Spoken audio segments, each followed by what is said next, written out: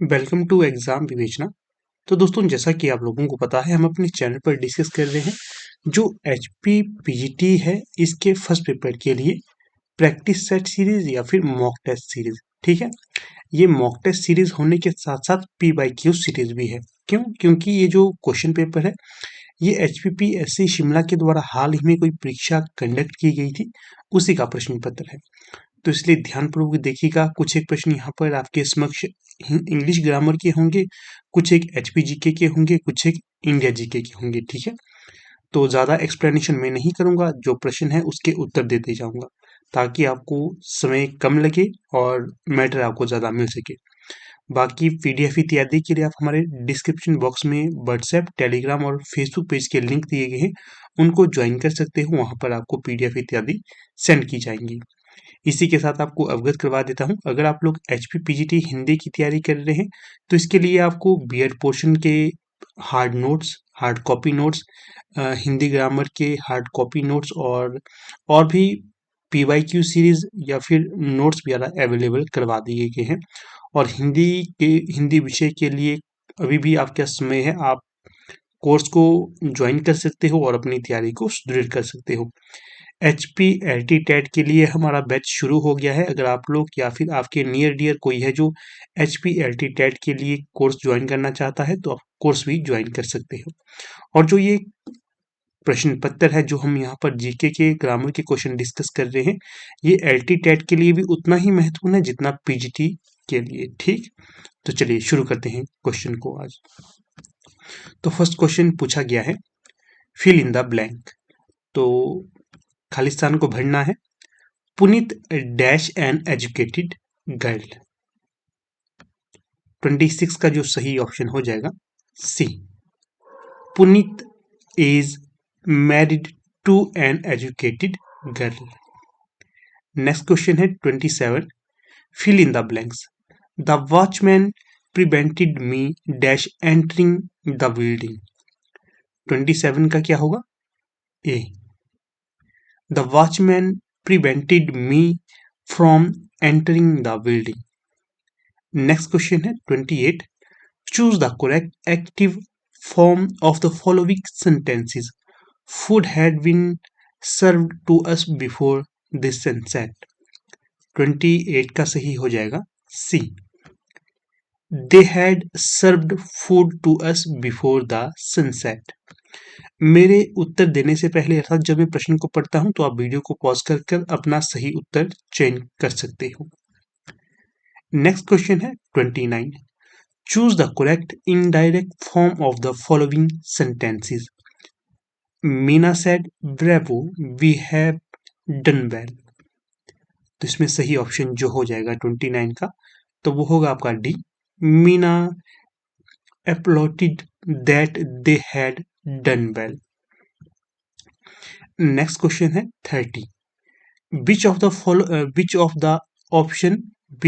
option has incorrect spelling। तो यहाँ पर सारे स्पेलिंग सही है सिवाय बी के। अप्रोक्सीमेट की स्पेलिंग गलत हो जाएगी, अप्रोक्सीमेट में MATE हो जाएगा, ये गलत स्पेलिंग है, इसका ध्यान रखिएगा, नेक्स्ट टाइम के लिए आपको ठीक रहेगी। बाकी ये तीनों ही स्पेलिंग यहाँ पर सही होंगी। नेक्स्ट क्वेश्चन देखिए 31, which of the following sentences is grammatically correct.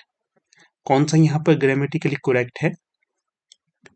तो सही होगा 31 का, I ordered a few sandwiches.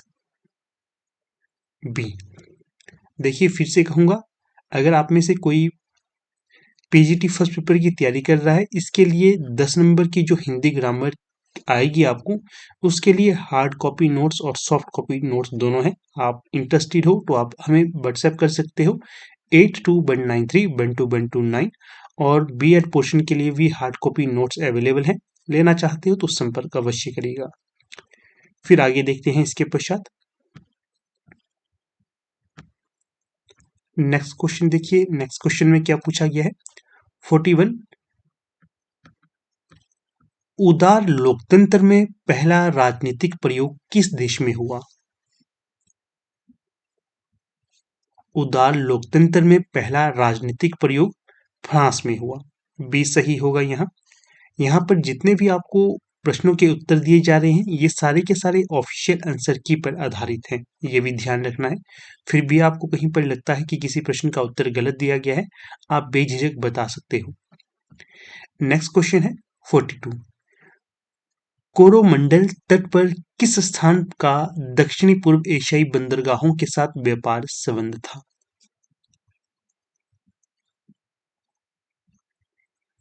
Coromandel तट पर मसूलीपट्टम, क्या स्थान है? मसूलीपट्टम। कोरोमंडल तट पर मसूलीपट्टम स्थान का दक्षिण पूर्वी एशियाई बंदरगाहों के साथ व्यापार संबंध था। बी सही ऑप्शन होगा। नेक्स्ट क्वेश्चन है 43। हीराकुंड परियोजना किस नदी बेसिन पे बनाई गई थी? हीराकुंड परियोजना महानदी नदी बेसिन पे बनाई गई थी। बी सही ऑप्शन होगा यहाँ। नेक्स्ट क्वेश्चन देखिए 44। तो इसमें पूछा गया है गंगा ब्रह्मपुत्र बेसिन के क्षेत्र में उगाई जाने वाली नकदी फसलें निम्नलिखित हैं। तो 44 का सही होगा गन्ना और जूट। गंगा ब्रह्मपुत्र बेसिन के क्षेत्र में उगाई जाने वाली नकदी फसलें गंगा और जूट हैं। डी सही होगा यहाँ। नेक्स्ट क्वेश्चन है 45।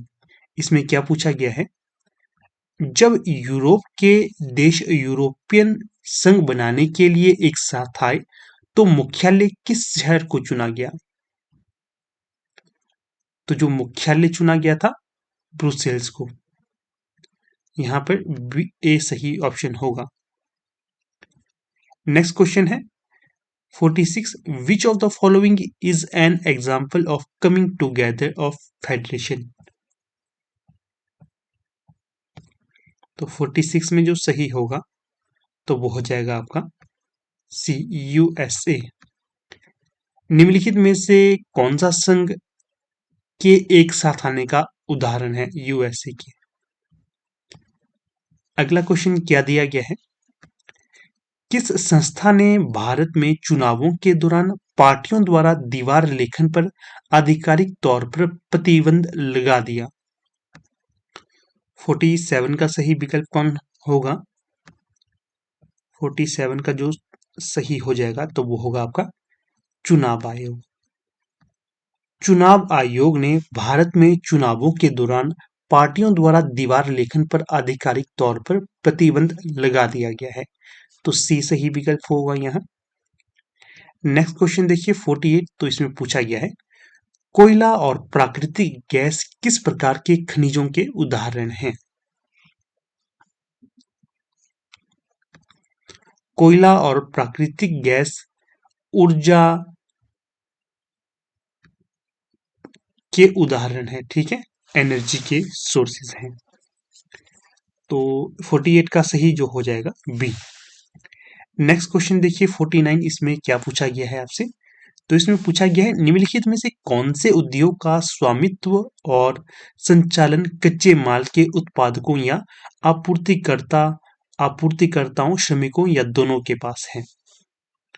तो 49 का सही होगा ए सहकारी क्षेत्र के उद्योग। ए सही विकल्प।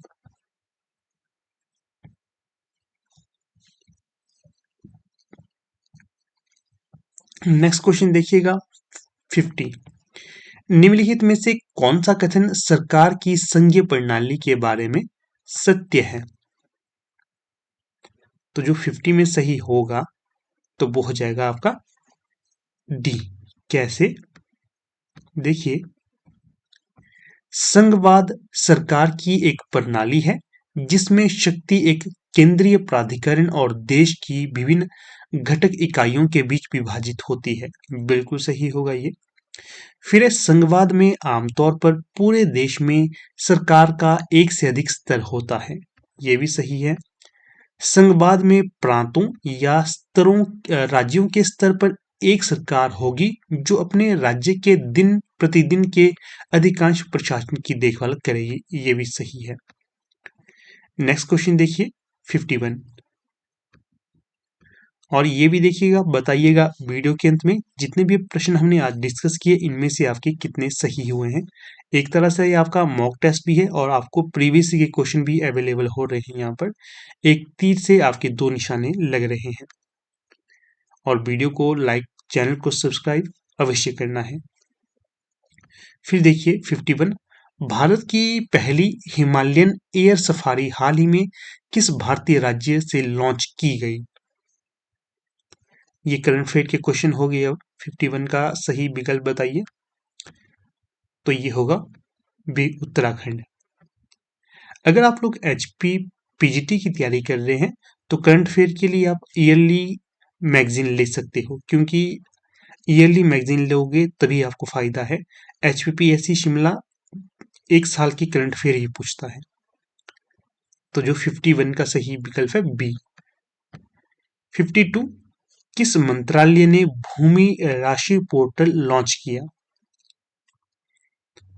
तो 52 का सही हो जाएगा यहाँ सड़क परिवहन और राजमार्ग मंत्रालय के द्वारा ये पोर्टल लॉन्च किया गया है।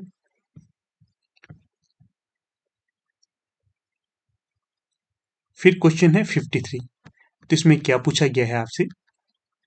थियोसॉफिकल सोसाइटी का मुख्यालय कहाँ स्थित है?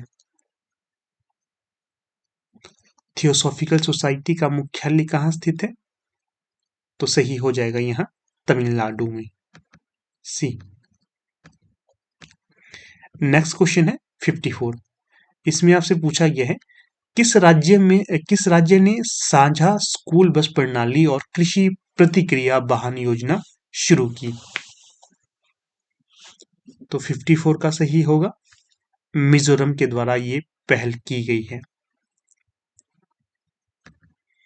नेक्स्ट क्वेश्चन 55, आधार, UPI, digi locker, CoWIN, GEM और जीएसटी जैसे डिजिटल समाधानों के समूह का नाम है? तो यह इंडिया स्टैक, विकल्प ए यहां से ही होगा। नेक्स्ट क्वेश्चन देखिए 56, इसमें पूछा गया है आपसे फुटबॉल इतिहास में पहली बार किस देश ने किसी मैच में व्हाइट कार्ड की शुरुआत की? ये होगा पुर्तगाल। ये क्वेश्चन मुझे लगता है रिपीट भी हो सकता है, तो ध्यान रखना इसका। फिर नेक्स्ट क्वेश्चन है यहाँ पर 57, तो इसमें आपसे पूछा गया है 2024 में एआई, इसकी फुल फॉर्म होगी आर्टिफिशियल इंटेलिजेंस सुरक्षा शिखर सम्मेलन के मेजबान देश कौन है? तो 57 का जो सही होगा तो वो होगा विकल्प ए, जापान और दक्षिण कोरिया।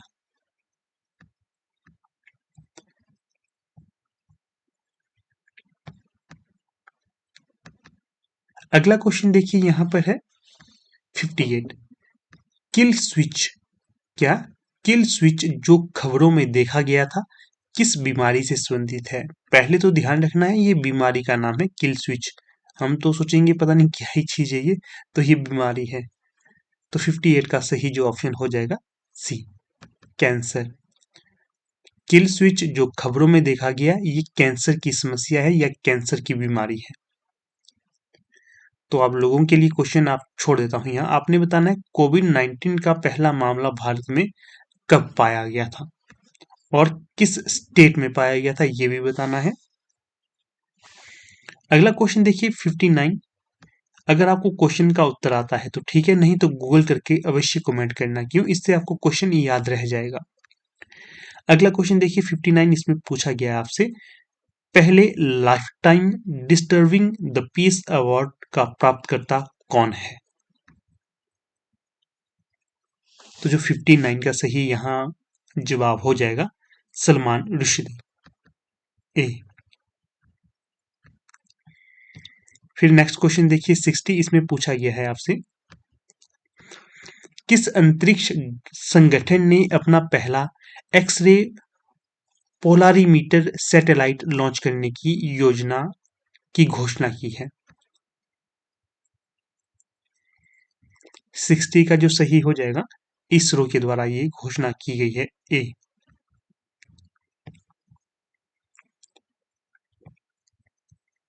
फिर नेक्स्ट क्वेश्चन देखिए 61, इसमें क्या पूछा गया है। 1 जनवरी 2026 को रविवार था, तब 1 जनवरी 2010 को सप्ताह कौन दोबारा से इस प्रश्न को पढ़ते हैं। 1 जनवरी 2006 को रविवार था, तब 1 जनवरी 2010 को सप्ताह का कौन सा दिन था, तो ये बताना है। वैसे तो शायद ये क्वेश्चन नहीं आएगा, फिर भी देख लेते हैं इसको ही। तो जो 61 का सही हो जाएगा डी, शुक्रवार था ये। कई बार ऐसे प्रश्न पूछे भी जाते हैं।